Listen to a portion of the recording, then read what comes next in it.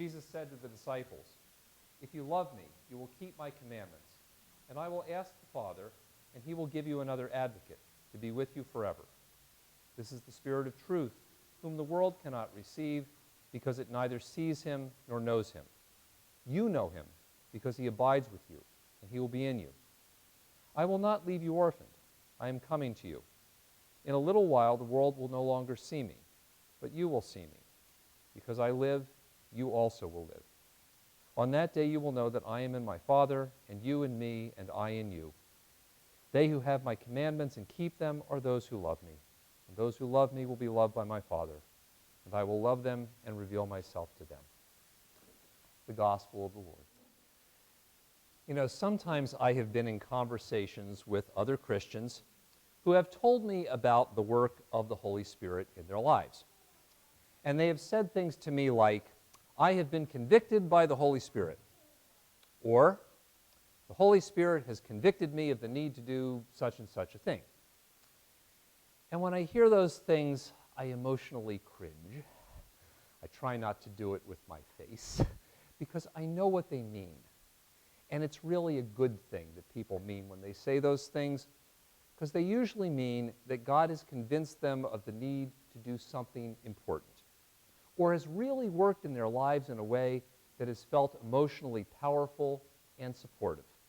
And that's great.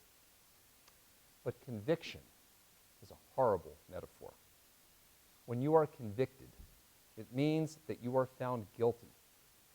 It probably means you're going to get punished.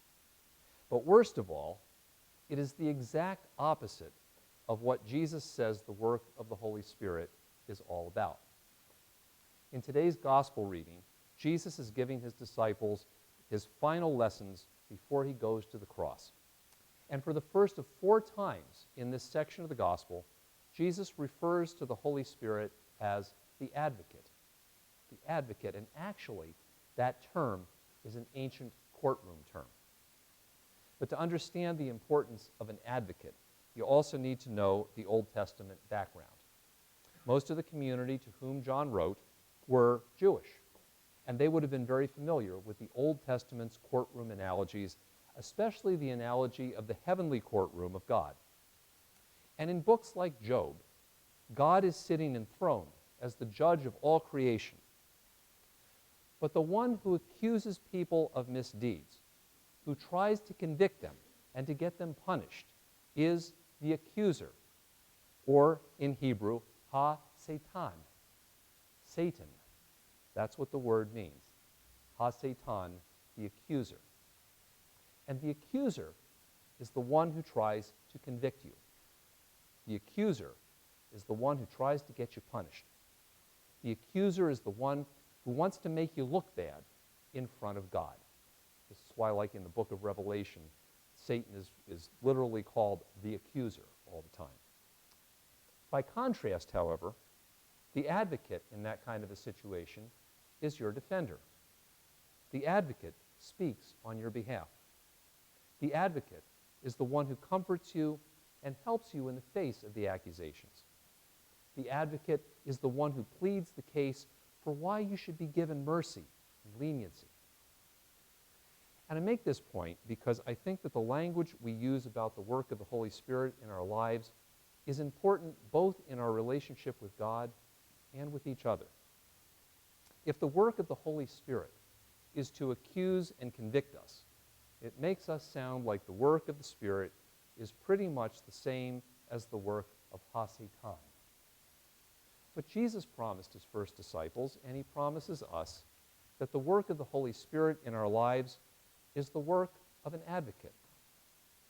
And that's important for us because it reminds us each day that God is actively at work in our lives, trying to help us and guide us into truth and righteousness, not surveilling us so that we can get caught and punished every time we mess up. And it's vitally important in a world in which so many people of so many religions and no religion at all imagine that a God is a being out there who's looking to throw everybody into eternal punishment, or an imagined being by religious people who are invoking the threat of punishment so that they can make others do what they say.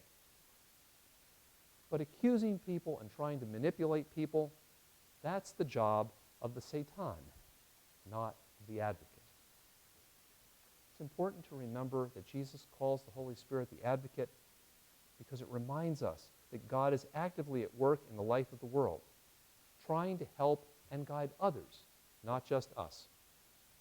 God is not out there seeking to punish everybody who doesn't agree with our side. And that's also vitally important in a world in which so many voices call us to outrage and anger, and ask us to join in accusing and canceling or throwing out anybody who runs afoul of our sense of goodness and righteousness. But if we're not careful and we get all caught up in that, it is easy to be so caught up in anger and accusation and pointing fingers that we end up doing the job of the Satan and not of the advocate.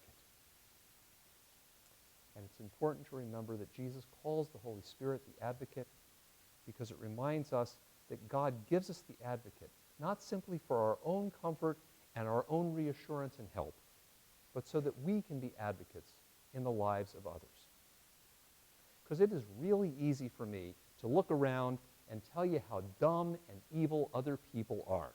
It's probably easy for you too. But it is much harder to advocate for kindness and understanding and sympathy, especially for people we don't like. One of the hardest parts, therefore, I have always found about Luther's catechism is when he's writing about the commandment not to bear false witness against your neighbor.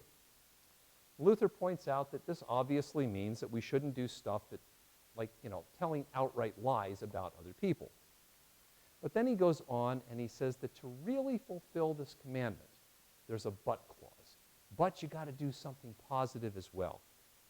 And Luther says if we really want to do what Jesus calls us to do, then I also need, when I look at my neighbors, to defend them, to speak well of them, and to explain their actions in the kindest way.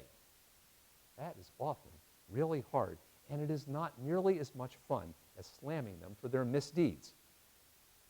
But speaking well of my neighbor, advocating for kindness and sympathy, that is doing the work of the advocate instead of the work of the Satan. In the end, the advocate does not defend us because deep down we are really beautiful and perfect. Instead, the Holy Spirit defends us for the sake of Christ's death and resurrection. That is, Jesus' death and resurrection counts for more than anything we have ever done or failed to do. Jesus' promise of mercy and life is more important than any threats of punishment or death. And Jesus' atoning sacrifice has paid the price for anything any of us have ever done or failed to do.